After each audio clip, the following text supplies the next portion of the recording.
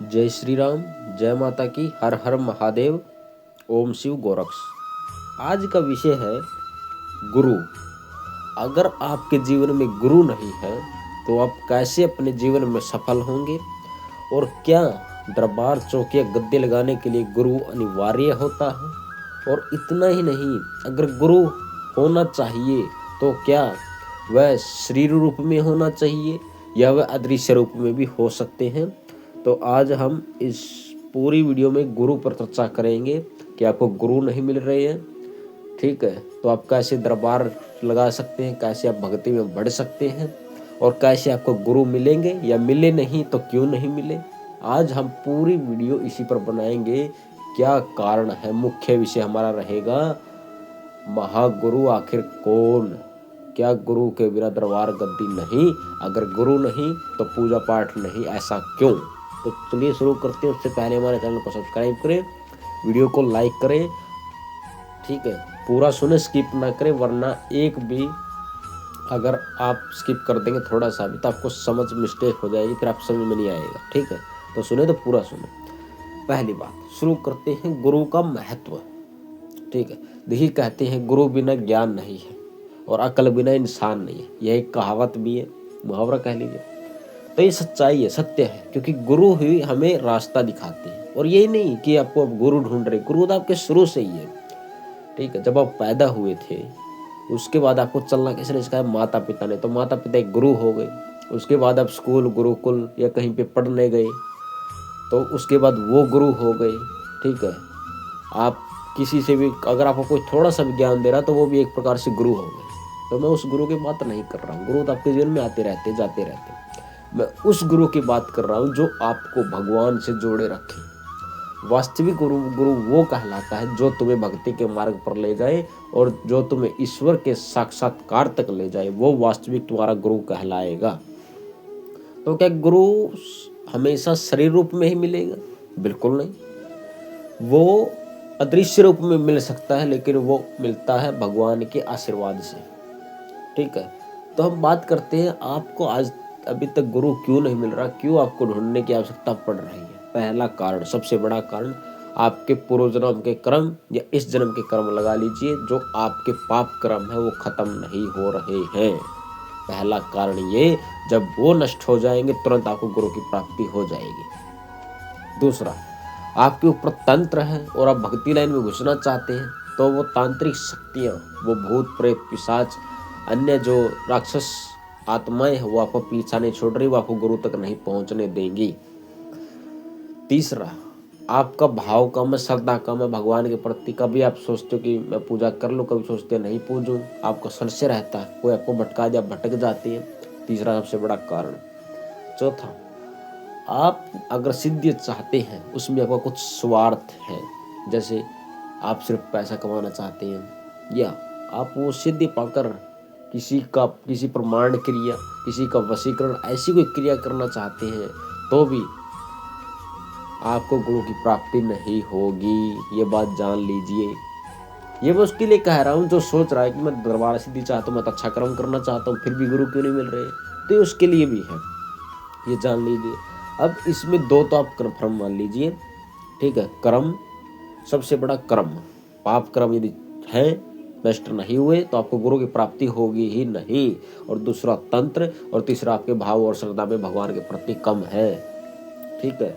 स्वार्थ की तो अलग बात है, वो तो वैसे तो सभी में है, लेकिन कुछ ऐसे भी होते हैं जिनका स्वार्थ भी नहीं है, पूजा भी बहुत है, लेकिन फिर भी गुरु नहीं मिल रहे। तो यही कार्य है। तो तंत्र है, तंत्र भी चलो हटा दीजिए, तो भी कर्म है, ठीक है। अब बात करते हैं कि गुरु होना अनिवार्य है। बिल्कुल, गुरु होना अनिवार्य है ही, लेकिन आज जरूरी नहीं है कि गुरु इंसान ही हो, गुरु भगवान भी हो सकते हैं। आज जो कहते हैं ना कि गुरु ही सर्वोपरि है, सत्य बात है, लेकिन कौन गुरु। तुम किसी भी इंसान को गुरु मान लोगे तो वो क्या सर्वोपरि हो जाएगा। सबसे बड़े गुरु मान जान लीजिए, सबसे बड़ा गुरु कौन है। सबसे बड़े गुरु महागुरु भगवान शंकर हैं, भगवान राम मान लीजिए, कृष्ण जी को मान लीजिए, उनसे बड़ा महागुरु कोई नहीं है, ना ही कभी होगा। ये आप जान लीजिए। कहते हैं ना कि गुरु से बड़ा कोई नहीं, जो हमें ज्ञान करा दे कि ये ईश्वर है। जरूरी नहीं है कि तुम उसके चरण धो, वो भी तो कहीं से आया होगा। अब तुम्हें को तो तुम गुरु ढूंढ रहे, तुमको काहे नहीं गुरु मिल रहा भैया? समझाओ हमको कि आपको गुरु किस कारण से नहीं मिल रहा। पहला तो आपको कर्म खराब आपके। अब वो कर्म को नष्ट कौन करेगा? गुरु कर देंगे तुम्हारे, वो विधाता कर सकती है ना। और तुम भगवान के, तुम काहे फिर भगवान को रत्ते लगाते हो, माता को या राम जी को या हनुमान जी को, कि हमको गुरु दे दो, हमको गुरु दे दो, हम पर कृपा करो। ढूंढ लो ना अपने आप। जब गुरु सब कुछ कर सकता है, गुरु तुम्हें अपने आप ढूंढ लेगा। ठीक है, वैसे भी आजकल तो पता नहीं कितने तरह के गुरु घूम रहे हैं फालतू के। एक बात जान लीजिए, माना सत्य बात है कि गुरु से बड़ा कोई नहीं, लेकिन गुरु से बड़ा भी है कौन? महागुरु है, मेरे शंकर है, मेरे हनुमान जी है, मेरी माता जगदम्बा है। उनसे बड़ा कोई गुरु नहीं है, ना है हो सकता है। ये जान लीजिए। जो आज चल रहा है ना विषय तंत्र मंत्र में कि गुरु के चरण धो, मैं कहता हूँ गुरु के चरण बाद में, पहले प्रभु के चरण धो, जिन्होंने तुमको उस गुरु से मिलाया है। क्योंकि अब वो गुरु मरेगा तो कहाँ जाएगा वो?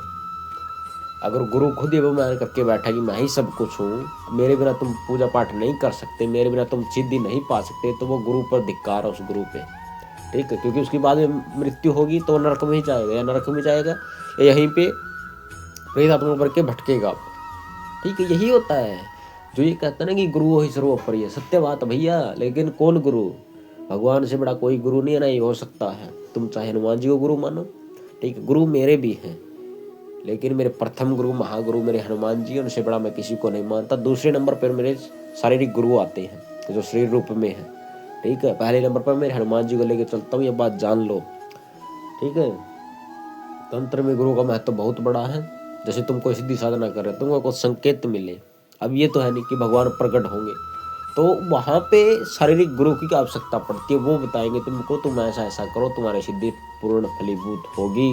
लेकिन ऐसा गुरु मिलना तभी संभव है, तुम्हारे कर्म अच्छे होंगे, या तुम पर भगवान की पूर्ण अनुकंपा, तुम पर पूर्ण दया होगी, तभी ऐसा संभव है बच्चे। ठीक है, इस वीडियो अगर तुम सुन रहे हो ना, तो ध्यान से सुन लो। भगवान से बड़ा कोई गुरु ना ही है, ना ही था, और ना ही कभी होगा। भगवान ही सर्वोपरि है, माँ जगदम्बा ही सर्वोपरि है, ये जान लो तुम। जय जय जय हनुमान गोसाई, कृपा करो गुरुदेव की नाई। ठीक है, अगर तुम्हारा गुरु नहीं है, ये चौपाई पढ़ो, याद रखना, ये चौपाई पढ़ो जितना हो सके। इसको दिमाग में बैठा लो। मानसिक जाप, शारीरिक जैसा तुम करो, जाप करो इसका खूब। अगर तुम्हें गुरु की प्राप्ति ना हो जाए तो हमें कहना। तुम्हारा भाव सच्चा होना चाहिए हनुमान जी के प्रति। और एक बात जान लो, कल को तुमको गुरु मिल जाए, तुम उसके चरण धो रहे हो, ठीक है, और तुमने कभी हनुमान जी को नहलाया नहीं अच्छे से, दूध से, गंगा जल से, और तुम उसके चरण धो रहे हो, तो कोई फायदा नहीं है तुम्हारी भक्ति का। और तुम्हारा गुरु कितना ही तुम गुरु कर लो, तुम्हारी मृत्यु होगी, बाद में तुम उस गुरु के पास ही जाने वाले हो। तुम्हारा गुरु भी भटकने ही वाला यहीं पे। किसी को बुरा लगे तो लगे, मेरे को फर्क नहीं पड़ने वाला। मैं सबसे बड़े पहले गुरु मेरे हनुमान जी है, दूसरे पे शारीरिक गुरु आते हैं। उसके बाद हम बात करते हैं कि अगर आपके कर्म नष्ट नहीं होते तो आप क्या करेंगे। उसके लिए आप ज़्यादा से ज़्यादा भक्ति पूजा पाठ करें और नाम जप कीजिए जितना ज़्यादा हो सके। नाम जप किसी व्यवस्था में हो सकता है, ठीक है, उस पर हम अलग वीडियो लेके आएंगे कि मंत्र जाप कौन कर सकता है, नाम जप कौन करेगा और किस समय में करेगा। तो नाम जप आप किसी भी टाइम कर सकते हैं, जिससे आपके कर्म नष्ट होने शुरू होंगे। अच्छे कर्म कीजिए, बुरे कर्मों को छोड़ दीजिए। मिलते हैं अगली वीडियो में। जय श्री राम, हर हर महादेव।